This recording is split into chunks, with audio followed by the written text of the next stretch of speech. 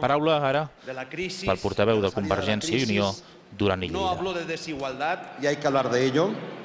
No habló de la tensión de determinadas políticas sociales, y hay que hacerlo también. Como hay que hablar de recentralización del Estado con efecto para todas las comunidades autónomas. Y como no, hablar de Cataluña, usted le dedicó un apartado, yo también lo haré. El balance, lo dijo usted, no simplemente es de este año, lo es de toda la legislatura. El mío será crítico, globalmente crítico, pero respetuoso, como siempre intento que sea, y en cualquier caso sabe que, como siempre, tampoco no voy a quedarme solo con la crítica, sino que voy a pasar también a la propuesta. Antes, no obstante, de entrar en el debate, permítame dos precisiones respecto a unas afirmaciones que usted hizo esta mañana. Usted dijo textualmente que la gran decisión de la legislatura fue no pedir el rescate. Estoy de acuerdo, pero me permitirá dos añadidos, señor presidente. El primero, quiero recordar y dejar dejar testimonio para la historia de que Convergència i Unió, este portavoz, nunca pidió el rescate. Siempre le dijo al presidente del Gobierno, en sus manos usted tiene mayor información y conocimiento que nosotros, sabrá mejor que nadie qué es lo que hay que hacer. Segundo, fue un acierto evitar el rescate, no pedirlo, mejor dicho, en esta legislatura, pero también fue un acierto evitarlo en la anterior. Y si se evitó en la anterior, aparte del Gobierno de turno, fue gracias a Convergència i Unió. Conviene ser responsable cuando se está en el Gobierno y cuando se está en la oposición. Segundo matiz, usted dijo que no se traspasaron rayas rojas. Creo que sí, alguna, y una en particular, lo que hace referencia a la dependencia, y después voy a referirme a ello. Voy a entrar en el debate formulando una pregunta, señor presidente. La pregunta es, ¿qué sociedad queremos para la poscrisis? Una sociedad en la que personas de media edad nunca más puedan regresar al mercado laboral y malvivan el resto de los días con una ayuda oficial. Una sociedad, recuerdo que el 61% del desempleo es de larga duración y persiste, en la que muchos jóvenes tengan importantes dificultades para acceder al mercado laboral. Quiero recordar que hay un escandaloso 52% récord europeo de desocupación juvenil. Una sociedad en que las familias deban pagar hipotecas por pisos que no tienen. Ya sé que usted presentó, después hablaré exhaustivamente de ello, o dijo presentarán el proyecto de segunda oportunidad. O una sociedad en la que se debilite a las clases medias hasta su desaparición. También sé, y lo valoro, que usted esta mañana les hacía un elogio, pero la realidad es que, más allá del elogio, han sufrido durante estos años. Atención, estos años y los anteriores. De momento, en cualquier caso, esta es la sociedad que tenemos en este momento.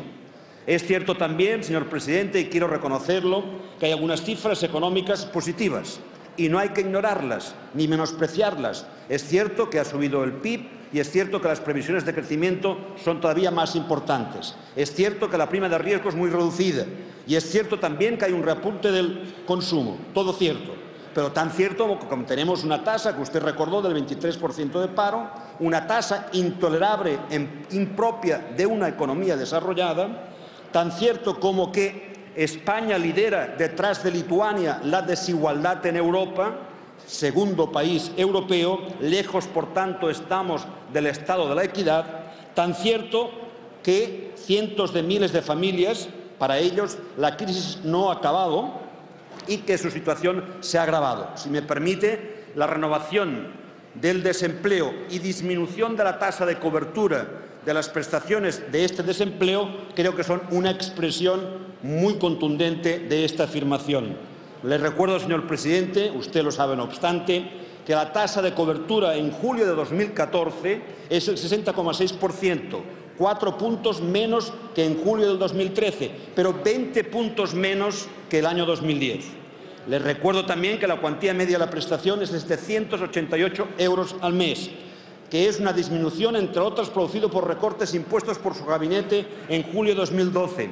Les recuerdo que, además, las políticas de empleo, la asignación presupuestaria prevista en los presupuestos de 2015 se rebajan un 40% en relación al 2011. Estamos haciendo balance de la legislatura. Por tanto, recordando aquel concepto europeo de flexiseguridad, ustedes se han quedado con la flexibilidad. y han abandonado la seguridad. Convergencia y Unió sigue entonando aquello que es el propósito de la Comisión de la Unión Europea en su conjunto, que es la flexiseguridad.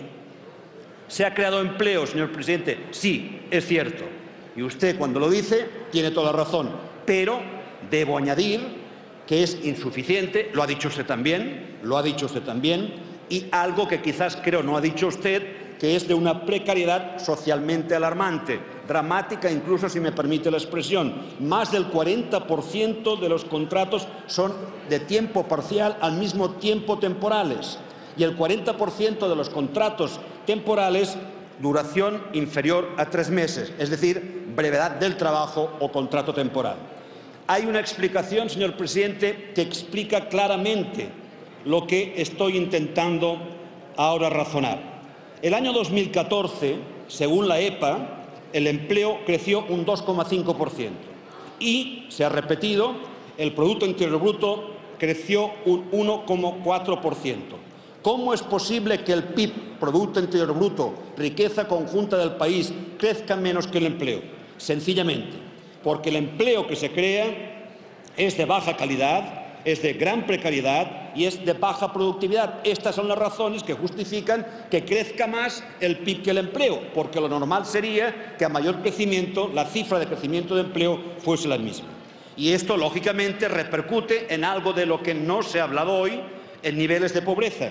Más personas, más familias en riesgo de pobreza y exclusión. Según la Red Europea de Lucha contra la Pobreza, seguramente usted me discutirá las cifras, por eso le cito yo la fuente, no es una fuente personal, Red Europea de Lucha contra Pobreza y Exclusión Social. El 11,7% de personas pobres tienen trabajo en España. Entonces, ¿por qué teniendo trabajo se habla de pobreza?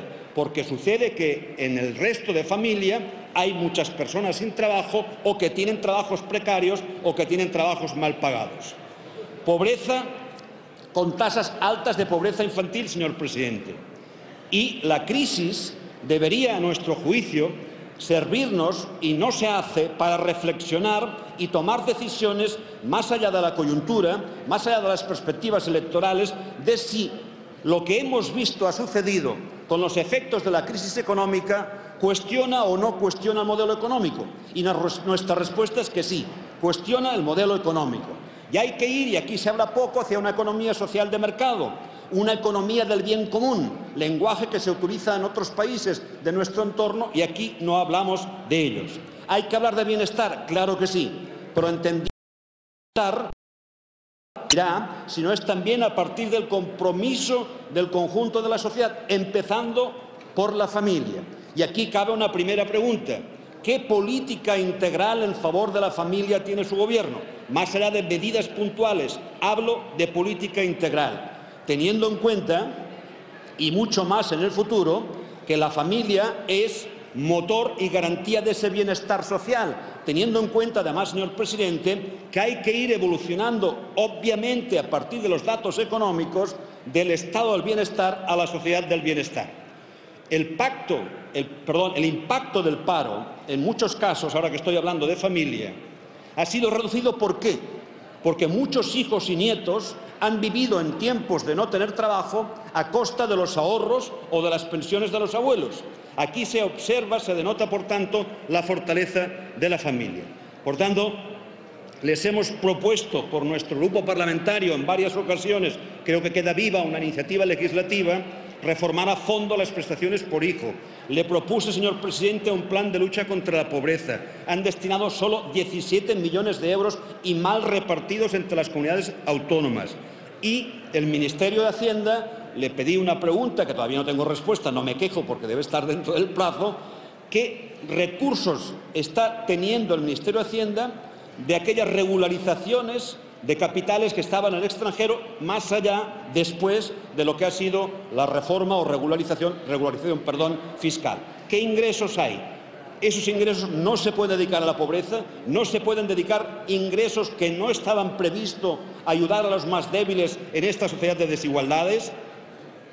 Por tanto, señor presidente, para seguir garantizando esta sociedad a la que hacía referencia del bienestar, necesitamos una sociedad vinculada que fortalezca a las familias. ¿Cómo necesitamos fortalecer el tercer sector?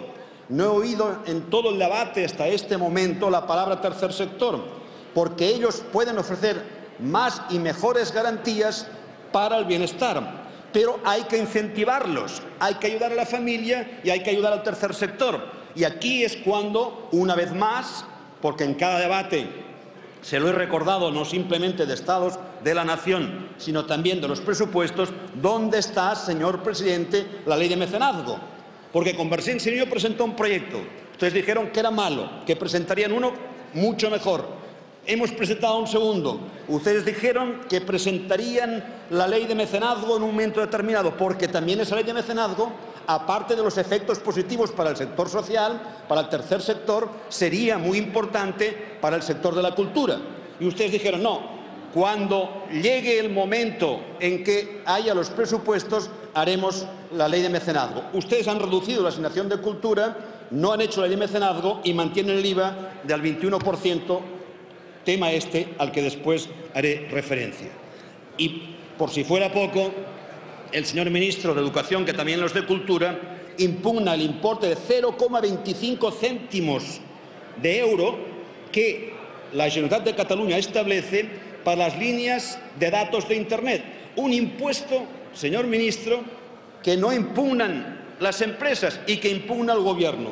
Ustedes ni hacen ni dejan hacer. Y el sector audiovisual catalán, lógicamente, y yo traslado su indignación y su perplejidad ante esta decisión del Gobierno, que por supuesto no compartimos. Necesitamos, señor presidente, una economía productiva que priorice la industrialización. Creo que tampoco hoy se ha oído en esta Cámara la palabra priorizar la reindustrialización. Que tenga alma social, que se apoye en las familias, en el tercer sector, en las empresas, especialmente también en las pymes y en los autónomos. Que se aplique el principio de subsidiariedad, algo que aparece en la doctrina social de la Iglesia, que no hay que tener vergüenza para citarlo. Fue fuente y sigue siendo fuente de inspiración de la izquierda italiana o en la economía social de mercado. A partir de estas premisas, la pregunta, señor presidente, es: ¿está la gestión del Gobierno orientada en esta dirección? A juicio del grupo parlamentario al que tengo el honor de representar, no, claramente no. Quiero, ya que hablamos en primer lugar de ocupación, recordarle una vez más dónde está el plan de choque contra el desempleo. Acuérdese, señor presidente, que se lo pedí en cada debate, incluso cada debate presupuestario. Después hablaré de ello, pero reduzcan la fiscalidad sobre el empleo. Hagan también aquello que está previsto en la ley del autónomo y que ustedes no han desarrollado, que es el autónomo a tiempo parcial. ¿Por qué han debilitado, hablando como estoy hablando de políticas sociales, señor presidente, a través de la nueva ley de régimen local y a través de los recortes en el plan concertado de servicios sociales, un 70% respecto al año 2011? ¿Por qué han debilitado ustedes la red asistencial de los ayuntamientos? ¿Por qué, sacando cifras, aunque sé que puede resultar un poco demagógico que haga este reparto en cuanto al número posible de beneficiarios y el número de fondos destinados, pero sale a 3 euros por año por ciudadano de los 8 millones de personas que deben ser atendidos? Insisto, quiero enmarcarlo en su justa correspondencia y, por tanto, lo único que significa, o lo que quiero significar, es la alarma ante esa actitud del Gobierno. Corrijan, por tanto, este error. Con lo rápido que ustedes legislan, con lo que les gusta el decreto ley, tienen todavía tiempo para corregir este gravísimo error que tiene consecuencias sociales importantes. Le dije antes, señor presidente, que sí se había traspasado una raya roja. Me refería a la dependencia. ¿Qué ocurre con la dependencia, señor presidente? 1 de cada 5 personas que tienen reconocido ya el derecho de dependencia y, por tanto, percibir una prestación, se mueren antes de cobrarla. 100.000 personas el año 2014. Según el Observatorio de la Dependencia, la aportación de los usuarios es superior a la que aporta el Ministerio, sabiendo, por otra parte, que el 80% del gasto corresponde a las comunidades autónomas y sabiendo que las transferencias del Gobierno a las comunidades autónomas no simplemente en sanidad y educación, que antes usted citaba, sino también en asuntos sociales, en servicios sociales, ha disminuido notablemente. Yo le propuse en una ocasión, y sigo haciéndolo, señor presidente, un ayornamiento del tema de la dependencia. Nosotros no votamos esa ley, no porque no entendiéramos que era necesaria, porque no compartíamos algunos de sus contenidos y porque no la veíamos viable económicamente, y el tiempo nos ha dado la razón. Estamos dispuestos, y creo que sería necesario, a que nos sentáramos, hiciéramos un receso, un ayornamiento y sentáramos las bases para una auténtica ley de dependencia viable. Han creado ustedes muchas ilusiones, pero que sepa que han creado también muchas frustraciones con la ley de dependencia, y eso hay que corregirlo. Estoy hablando de personas dependientes, no siempre personas mayores, pero a veces sí. Hablemos de la gente joven. Cada año, no me ha parecido oír la palabra esta mañana, perdón, señor presidente, si así ha sido, se habla del programa Garantía Juvenil. En cualquier caso, una afirmación: invertamos en juventud, que es invertir, sin duda, en algo que el día de mañana permitirá recaudar. Hay un informe, Juventud Necesaria, del Consejo de Juventud de España, que dice textualmente lo siguiente: si la situación continúa igual en España, se perderá entre el 2014 y el 2024 más de 57.000 millones de euros como consecuencia de falta de recaudación de impuestos y por los centenares de miles de inmigrantes, más de 200.000 entre el 2009 y el 2013. Apostar por la juventud es la única opción posible para el futuro económico de este país. Les recordé el año pasado una misiva que me remitió un colectivo de estudiantes UP, universitarios preparados. Dejemos de lamentarnos, dejemos de denunciarlo y pasemos, por tanto, a invertir en políticas activas de vivienda en favor de la juventud, de la ocupación juvenil. Fíjese que si así se hiciera, dice ese mismo informe, dice ese mismo informe, se reducirían 12 puntos porcentuales el coste de las pensiones sobre los salarios. Es decir, viene a decir, ¿quién va a pagar las pensiones del futuro si no somos capaces de atender las necesidades de empleo y la gente sale de este país? Por tanto, hay, en ese sentido, sí, señora vicepresidenta, sí, pero quienes están en el Gobierno son ustedes y no yo. Por tanto, yo intento solicitar del Gobierno, intento plantearlo, intento hacer propuestas y ustedes después pues, me hacen el caso que me hacen. Y así me va. Déjeme decir una última observación, ¿no? Hablando de juventud, porque me gusta utilizar, el otro día me lo recordaba un compañero del grupo parlamentario, una frase del Papa Francisco, ¿no? Estamos en el sistema de descarte. Descartamos a los mayores, descartamos a los jóvenes, y este es un gran problema social. Hemos hablado de vivienda. Todo el mundo sabe que ha sido y sigue siendo una lacra que provoca que muchas personas pierdan su vivienda por falta de pago de hipotecas o de alquileres. No le niego buena voluntad al Gobierno, pero subrayo lo de buena voluntad del Gobierno. Pero me temo que en muchos casos ha sido más mediática que efectiva. Regulación del Código de Buenas Prácticas, solo un 3% de familias acogidas. Posibilidad de aplazamiento de lanzamiento, 8.000 familias, pero creo, si no estoy mal informado, que se acaba en mayo. Creó el Fondo Especial de Viviendas, en municipios pequeños sobran viviendas, donde hay demanda no hay viviendas. Hoy usted anunció el proyecto de segunda oportunidad.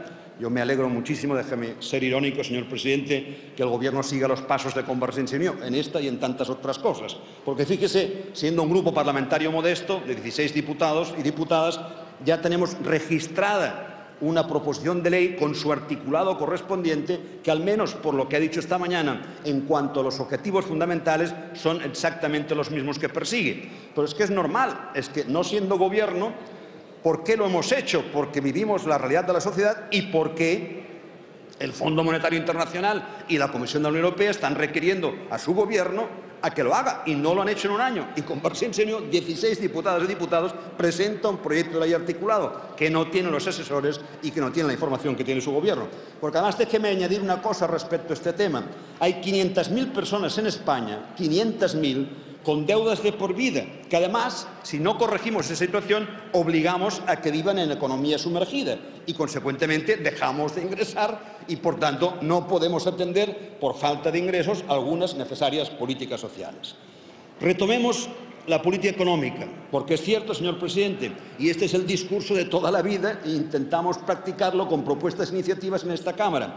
Sin política económica en favor de quienes generan empleo, de quienes generan riqueza, no hay posibilidad de políticas sociales.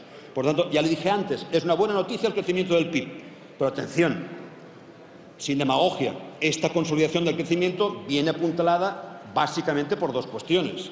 La primera es por las mejores condiciones financieras, es cierto.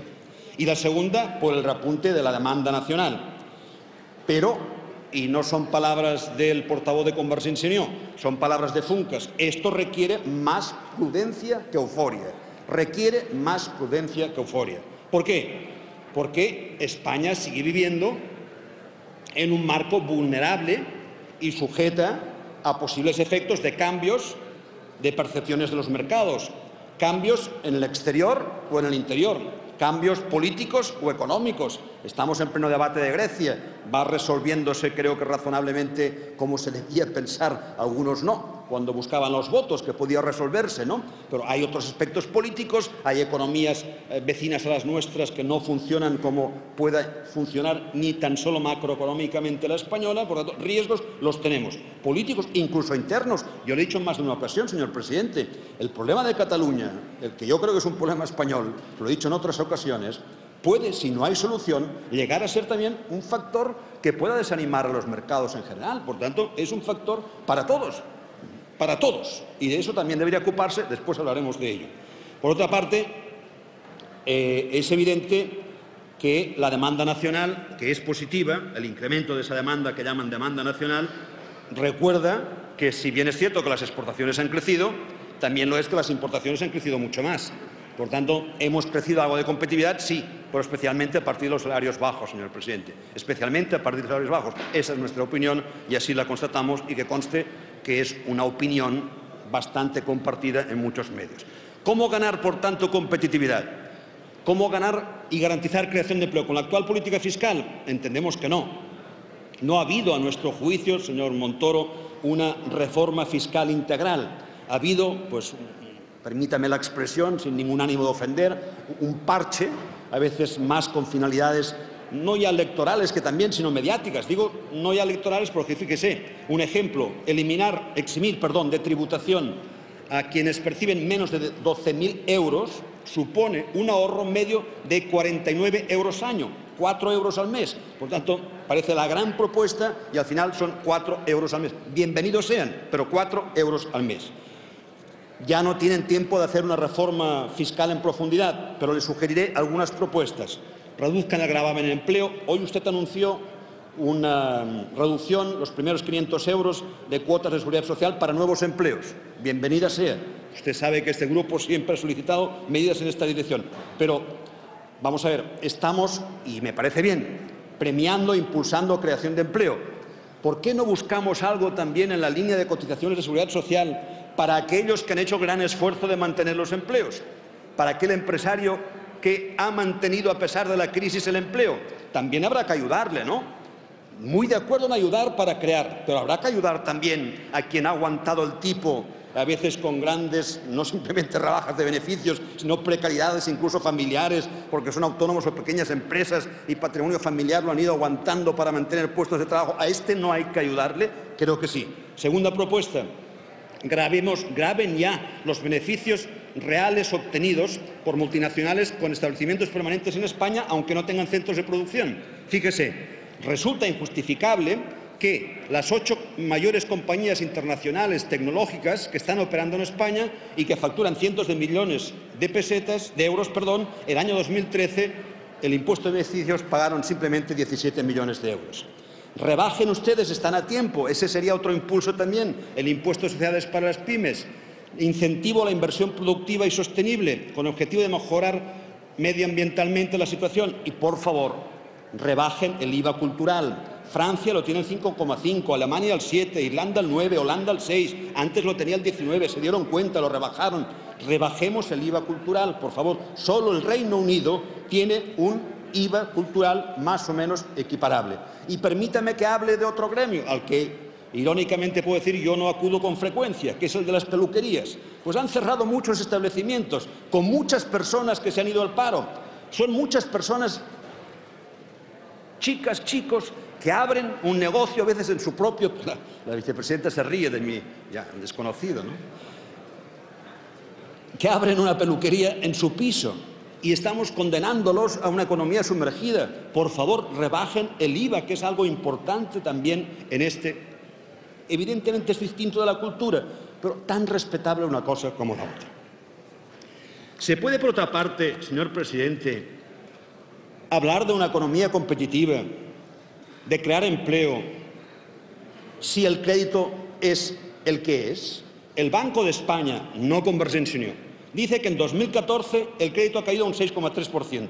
Es cierto, señor presidente, que ha subido un 8,6 para la pequeña y mediana empresa. Pero también es cierto, no me discutirá, señor presidente, que es un incremento irrisorio, en tanto que hace años que venimos con caídas muy importantes de las posibilidades de crédito. Acuérdese de que el anuncio del grifo del FROP era el 2013, el grifo está abierto, pero solo gotea, señor presidente. Escasez de crédito y caro. ¿Cuánto le cuesta a un banco acudir al Banco Central Europeo a buscar dinero? 0,05%. ¿A cómo se encuentra dinero, crédito, quien tiene oportunidad en el mercado? 6, 7%. Por tanto, poco y caro. Propuestas. Estoy hasta la saciedad cansado de decirle reestructuremos el ICO. Y además ejecuten todas las dotaciones que tiene el ICO, que no se hace. No se hace. Y al menos, y espero y se lo solicito encarecidamente, señor presidente, que arbitren todas las medidas que para los 3.000 millones de euros procedentes de las decisiones del ámbito de la Comisión de la Unión Europea seamos capaces de trasladarlo a lo que es crédito para nuestras empresas. Y un paréntesis, si me permite, ¿no? Algo que reitero en cada debate, y usted me da la razón, pero no hacemos nada. Y no depende solo del Gobierno, depende de todos, y no simplemente del Poder Legislativo, también de empresarios. Racionalización de horarios, señor presidente. También es un elemento para garantizar competitividad. Horarios más racionales. Sí, ya sé que se exclama diciendo, ya me gustaría. Bueno, pero hay que tener alguna iniciativa, señor presidente. No puede ser que la iniciativa esté solo en manos de la sociedad civil, que aprieta ni mucho. Hay que buscar fórmulas. Si hablamos de competitividad, permítame que hable de infraestructuras.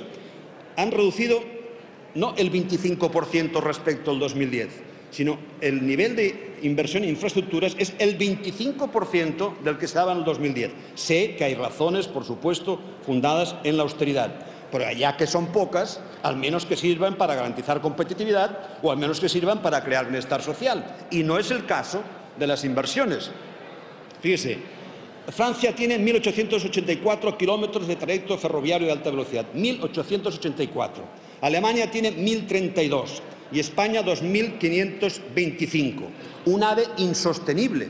No son palabras tampoco en este caso de este portavoz, son palabras del presidente de Adif. Un AVE insostenible. Pero es que resulta que, a pesar de esa diferencia muy favorable, en eso somos campeones, somos líderes en cuanto a kilómetros de AVE, a favor de España respecto a Francia o Alemania, resulta que a la hora de explicar las cifras de pasajeros transportados, en Francia se transportan 120 millones de pasajeros, en Alemania 160 y en España se preveía que al final del 2014 transportáramos 28.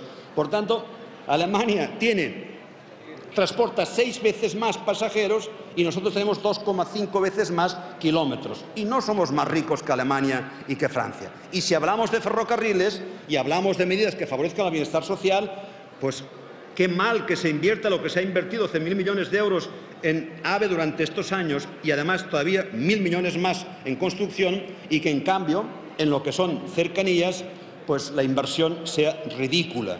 Y resulta que en cercanías, en lo que hace referencia a Barcelona, es lógico que hay un número de usuarios que son muy superiores, 518 millones de pasajeros.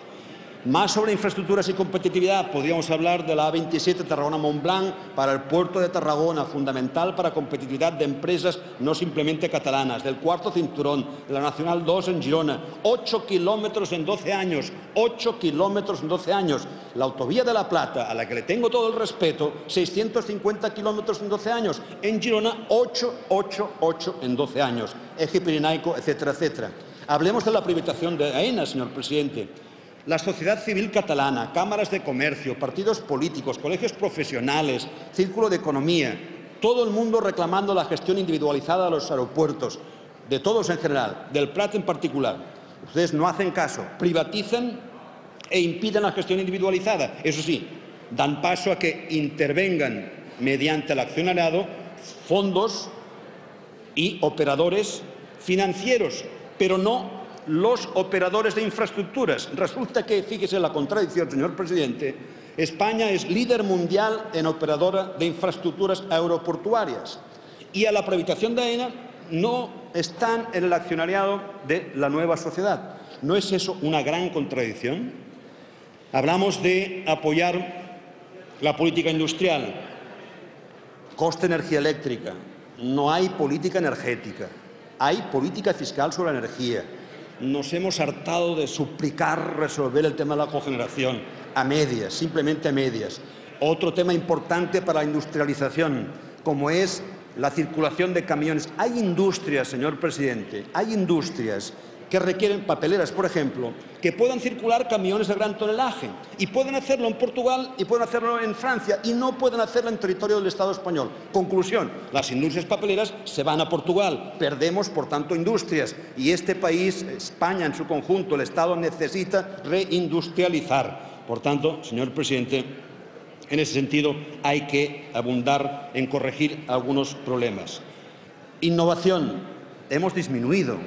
No hay que descansar en la innovación privada, la pública debe orientarla. Turismo, por hablar de otros sectores, aprovechemos que hay una cierta bonanza para que reconvertamos en diálogo con el sector y en diálogo con las comunidades autónomas que son las competentes aquellos destinos ya maduros, es decir, que ya no se les puede pedir más, han dado todo lo que han dado de sí. Busquemos nuevos mercados conjuntamente con comunidades autónomas que tienen la competencia y los sectores. Agricultura, por primera vez en muchos años, baja la renta agraria. ¿Por qué? Diversas razones seguramente. La PAC incurre en los defectos de antes, el veto ruso. Cuando se toman decisiones en la Unión Europea hay que prever las consecuencias y hay que ayudar a los damnificados.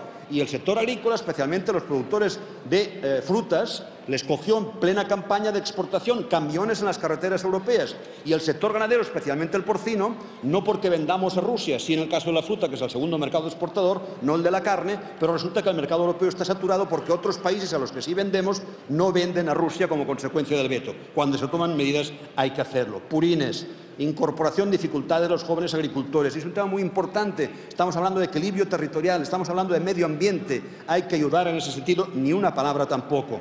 Servicios, en trámite, ley del seguro, diálogo con el sector. En trámite no está el ministro de Economía, ley de auditorías, diálogo con el sector. No puede ser que el Consejo Regulador, el órgano regulador, esté adscrito al Gobierno. ¿Por qué no hacemos con las auditorías lo mismo que se hace con la Comisión Nacional del Mercado de Valores? Segunda cuestión que quería tocar más allá de la economía. Recentralización y limitación autonómica. No simplemente de Cataluña, este es un apartado que sirve para todos en general, de las comunidades autónomas también, y de los ayuntamientos. Hay un dato que creo que habla por sí solo. El 90% de los ayuntamientos de Cataluña, empezando por el de la ciudad de Barcelona, recurren ante el Constitucional la ley de régimen local. ¿Por qué? Porque ven laminadas sus competencias, entre otras cosas. Por tanto, hay que tomar nota de lo que se dice. Segundo, no simplemente hablo de competencias, también hablo de ingresos. Hablo de ingresos, no de préstamos, señor presidente. Yo sé que le gusta y seguro que me lo replicará, que dinero ha dejado Cataluña, el FLA, etcétera, etcétera. Hablo de ingresos, no de préstamos que hay que retornar y a un interés X. ¿Por qué? Porque ingresos es autonomía. Si antes pagando, ahora cierto que no. Pero es que, fíjese, el concepto no es si pagar o no pagar, es préstamo. Es que yo hablo de una cosa que es la siguiente, autonomía financiera. Trías Fargas decía que sin autonomía financiera no hay autonomía política. Por tanto, hablo de ingresos, no de préstamos. Préstamos es dependencia, ingresos es, en ese sentido, autonomía. ¿Y cómo puede ser que haya un incremento de ingresos de la fiscalidad de 37.000 millones en el conjunto español durante este 2012 al 2015. ¿Cómo puede ser que ustedes suban el IVA y no repartan nada a ninguna comunidad autónoma? Así les va a las comunidades autónomas, que mientras el Estado recauda 37.000 millones más, 37.500, las comunidades autónomas reducen en 10.000.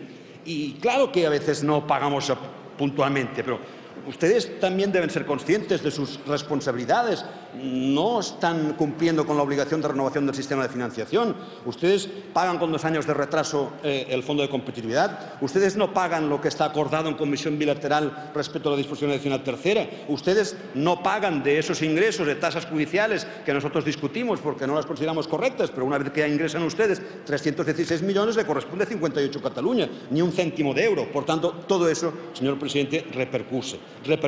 Por tanto, no se extrañe, señor presidente, que ante lo que estoy diciendo, ante una situación que durante esta legislatura no hemos reunido ni una sola vez la comisión bilateral, ni la de traspasos, ni otro tipo de comisión entre ambas administraciones, y más lo añadido respecto a la eliminación de competencias, más lo de lo que es ingresos y no simplemente préstamos, haya cada vez más gente harta de esta situación. No debe extrañarles, cada vez hay más gente hasta el gorro de esta situación.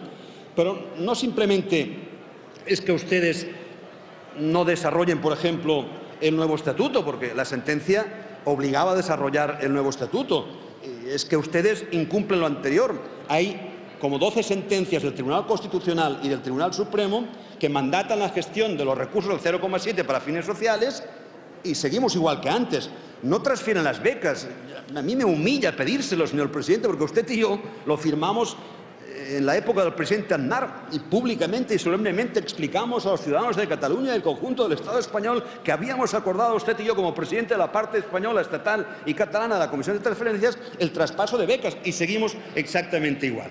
Por tanto, señor presidente, hay que corregir, como hay que corregir las invasiones competenciales, desde la Ley de Educación hasta la aprobada el último Consejo de Ministros, la Ley de Infancia, por no referirme a otras, como la Ley de Seguridad, donde sigue negándose que los cuerpos de policía, el vasco o el catalán, Mossos d'Esquadra, tengan acceso a los datos de Interpol o de Europol. Por cierto, hablando de datos policiales, señor presidente, permítame que traslade a esta Cámara unas declaraciones públicas del alcalde de Barcelona, señor Trías, antecesor mío en el puesto de portavoz de Convergencia y Unió.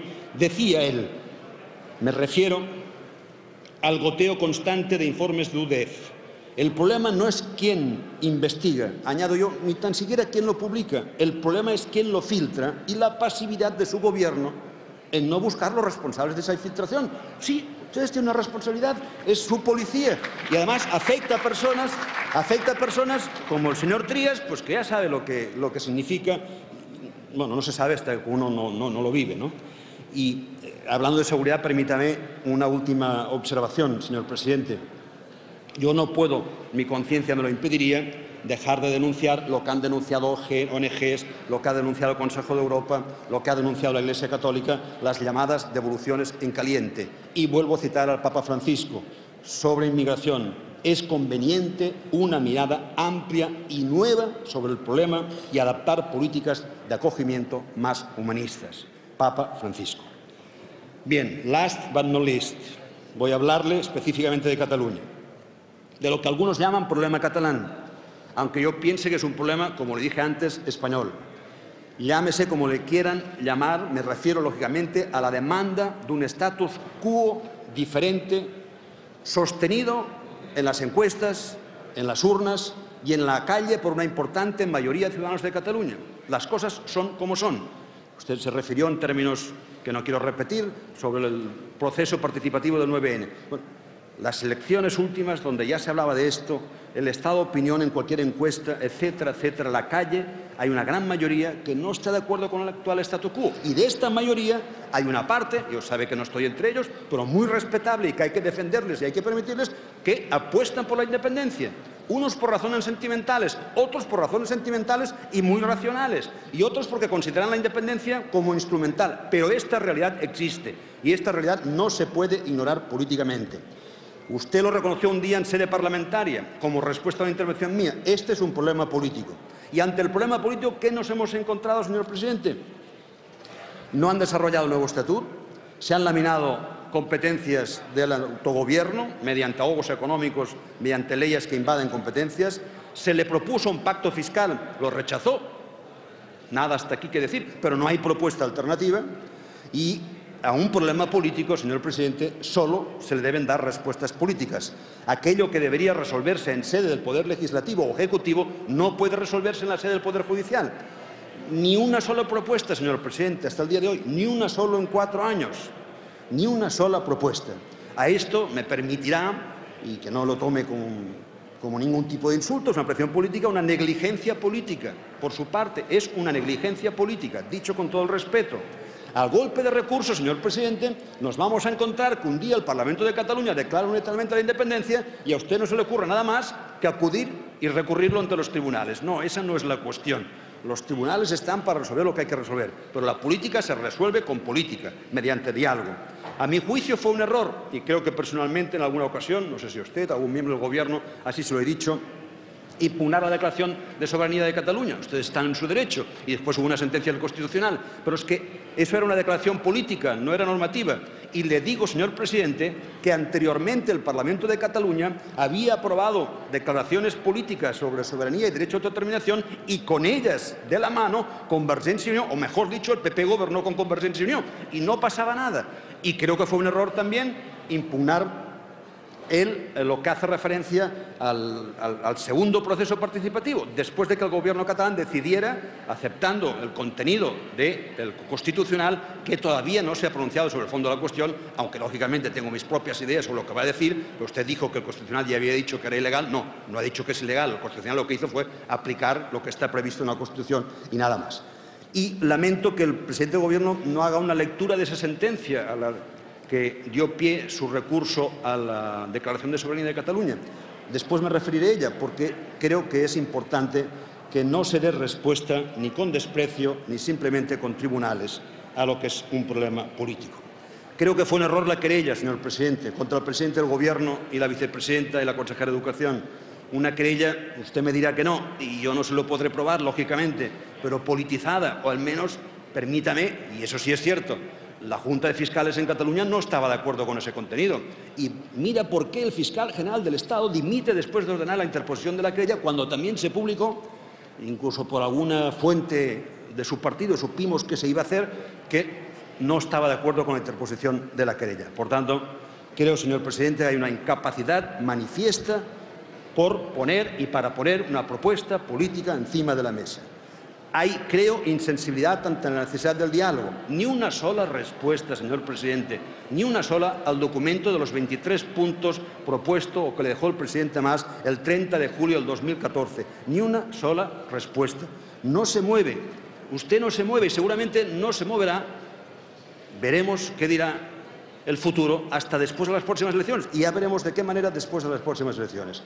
¿No se da cuenta, señor presidente, que si la respuesta no es política, que si la respuesta no pasa por el diálogo, el problema se enquistará definitivamente y un problema que al final acabará afectando esa unidad de España que usted defiende y sin duda tiene derecho y además lo hace también, lógicamente, en vigilias electorales, por motivos electorales, para distanciarse de otras fuerzas políticas?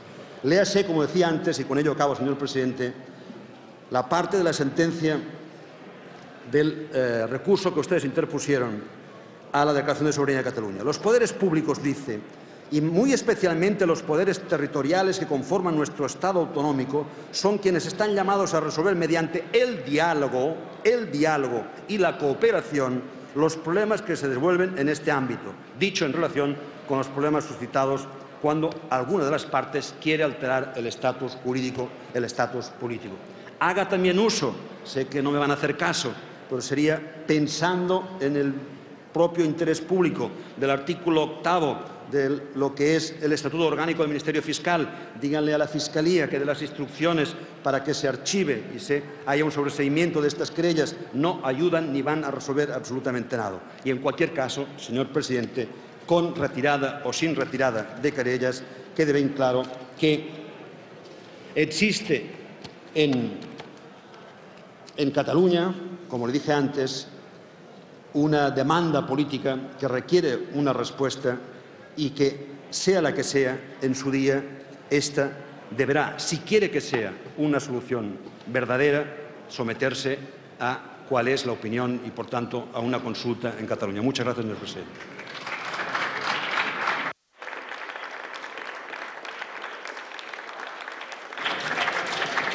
Muchas gracias, señor Vidal. Señor presidente. Que niegue esa pluralidad, señor presidente, como lo es España. Pero sería poco democrático que, aceptando la pluralidad de España, no se reconociese la representatividad de este Parlamento. Y es poco democrático que, aceptando la pluralidad de Cataluña, ustedes no reconozcan que la mayoría de fuerzas políticas ampliamente de Cataluña solicitan ese cambio de status quo. Esa es la gran diferencia. Usted me dice, es que hicimos una Constitución. Claro que sí. ¿Y todos renunciamos a cosas? Claro que sí. Lo sabemos mejor aquellos que lo defendimos que aquellos que no la defendieron, y algunos ni la votaron, que está en sus filas y no en las mías. Lo sabemos mucho mejor. Pero dicho esto, señor presidente, yo tengo derecho democráticamente a plantear una reforma del status quo. Y usted, si es el presidente del Gobierno de España y tiene una parte importante de España, que es Cataluña, que algunos consideramos una nación, y que además resulta que la gran mayoría de ciudadanos expresa en las urnas esa voluntad, yo atendería ese problema político.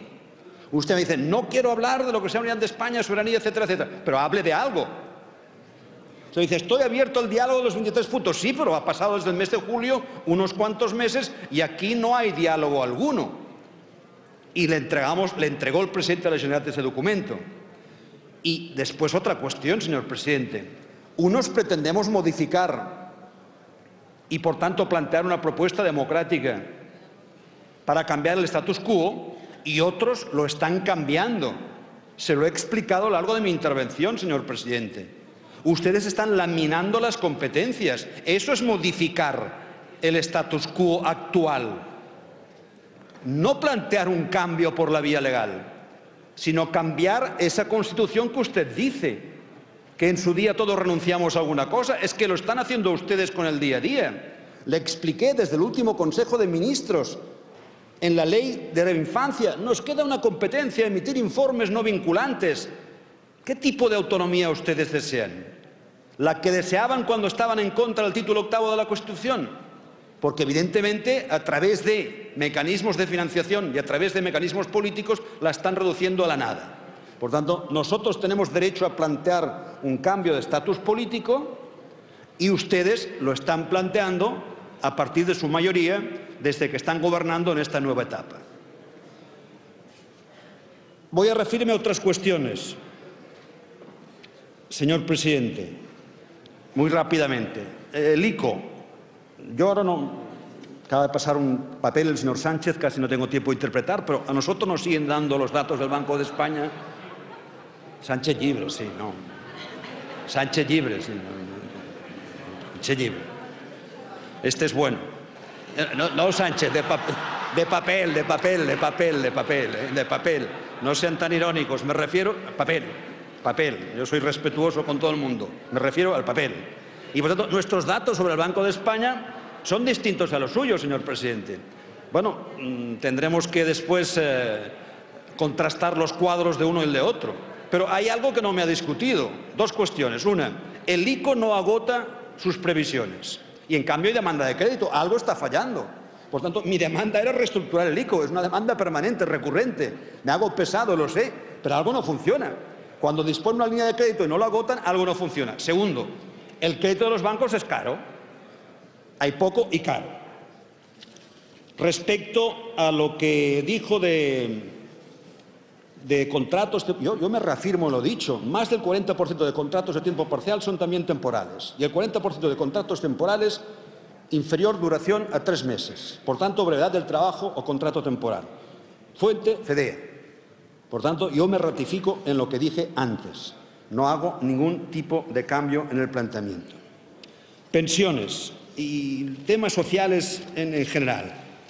Sí, una reforma que, en la medida que la inflación vuelva a ser normal, empobrece a los pensionistas. Pero hay que hablar también de otro tipo de recortes en desempleo, especialmente para mayores de 50 años, y sin política de apoyo a los trabajadores más maduros. Hay que seguir hablando de temas sociales, de dependencia. El gasto público, se lo dije y se lo recuerdo, el 80% corresponde a las comunidades autónomas y el copago de ciudadanos es exactamente superior al que aporta el Estado. Hablando de copago, las familias que tienen personas con discapacidad, señor presidente, solo habla de los derechos, de la igualdad de derechos cuando se refiere a Cataluña. Cuando se refiere a discapacitados, cuando se refiere a ciudadanos en general, cuando se refiere a lo que pagamos en Cataluña de peajes, lo que pagan en otras partes, cuando se refiere a otras cosas, ahí no hay igualdad, hay desigualdad. Yo defiendo la igualdad, claro que sí. Las familias que tienen personas con discapacidad no han subido igual que el resto el copago farmacéutico. Pagan igual exactamente las que ganan 18.000 euros que las que ganan 99.999 euros al año. Y muchas personas con enfermedades crónicas no pueden hacer frente a ese copago. Eso es pobreza farmacéutica, señor presidente. Eso también hay que tenerlo en cuenta si hablamos de una sociedad justa. Para combatir la pobreza infantil, que insisto en los términos que la describe, es imposible con ese empleo precario al que acabo de hacer referencia y con una prestación por hijo a cargo de la Seguridad Social de 991 euros al año. Y es imposible a través de un sistema que, a nuestro juicio, no son útiles, que son los cheques fiscales a los que he hecho referencia. Universalizar es aumentar la prestación por hijo a cargo, que es el planteamiento que viene haciendo desde hace mucho tiempo Convergencia y Unió y que ahora en estos momentos existe todavía una iniciativa legislativa viva en ese mismo sentido. Usted dice, hemos mantenido las dos políticas sociales prescritas por el Estado, pero infrafinanciando las comunidades autónomas y reduciendo las aportaciones finalistas, por ejemplo, dependencia, condenando fuertes recortes, pero no simplemente dependencia, en sanidad, en educación, y después nos salvan nuestra precaria situación. Nos sacan por una parte, lo reducen y después prestan para pagar lo que primero han reducido y prestan menos de los que reducen. Otra cuestión que usted no hizo referencia y que para nosotros es muy importante, señor presidente, y es la industrialización. Insisto en que hay que situar como un leitmotiv del Gobierno y de la acción de Gobierno la reindustrialización y que además esta debe marcar un hito. Y es que de una vez por todas el hecho diferencial a la hora de hablar de competitividad no sean ni los salarios ni el cambio euro-dólar, sea la inversión e innovación. Y ustedes han rebajado, ya sé que hay que priorizar. Y usted dijo, hemos tenido que priorizar el IVA. No sé si les va a gustar al sector de la cultura que digan que a la hora de priorizar no priorizan la cultura. Pero entiendo que gobernar es priorizar. Pero, hombre, intentemos que el IVA que tengamos aquí en algunos ámbitos que son competitivos en otros países de Europa pueda ser equivalente al europeo. Y le dije cuál es el IVA en materia de cultura en otras partes. Reducción de las cuotas de seguridad social. Sí, ya le dije que yo no tengo reparos en reconocer lo que nos gusta, nos agrada. Ahora hay que pensar, como le dije, en aquellos empresarios que han mantenido empleo fijo. ¿Y por qué no se hizo antes? Porque reducir cuotas de seguridad significa mermar ingresos o incrementar gasto, mejor dicho, incrementar gasto o mermar ingresos. Sí, pero hay que pensar con una mentalidad distinta. Si uno reduce cuotas de seguridad social, si uno facilita la vida a las empresas, si uno facilita la vida a los autónomos, estos van a generar ocupación. Y generando ocupación va a haber más gente que no va a cobrar las prestaciones por desempleo, más gente que va a pagar sus impuestos, más gente va a consumir y más gente que va a provocar ingresos por parte del Estado. Ese es el cambio de mentalidad que yo le pido.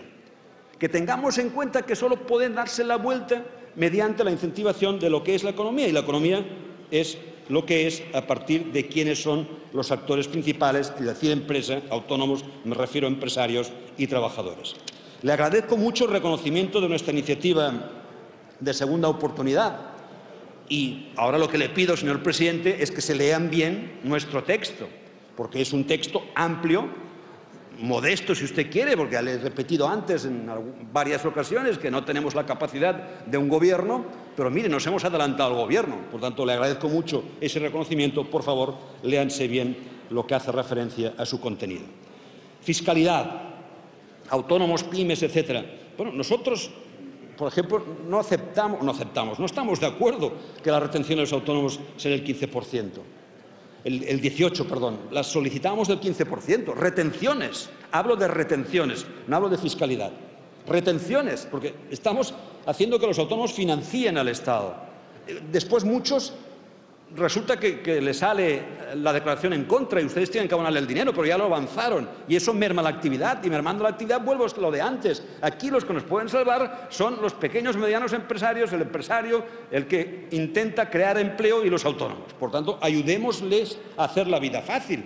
Y reitero que nuestra reivindicación, y sigue presente, es el IVA para pymes al 20% y no al 25% tal como está. Señor presidente del Gobierno, se acabó mi tiempo. Soy consciente que antes además me alargué. Simplemente quiero decirle que si usted está dispuesto al diálogo, de una vez por todas, practíquelo. Y si no está de acuerdo con las propuestas que nosotros hacemos, haga alguna. Y al menos sabremos a qué tenernos. Pero es que ahora no hace ningún tipo de propuesta, señor presidente. Muchas gracias. Gràcies, senyor Duran. Fins aquí la intervenció de Josep Antoni Duran i Lleida, que us direm com a anècdota que no ha empleat, a diferència d'altres ocasions, cap tipus de discurs escrit, ha sigut tot a base de notes. Preocupació de Duran per 3 temes fonamentals. Més ajudes demana a l'economia productiva per veure com surt de la crisi molta gent, per exemple,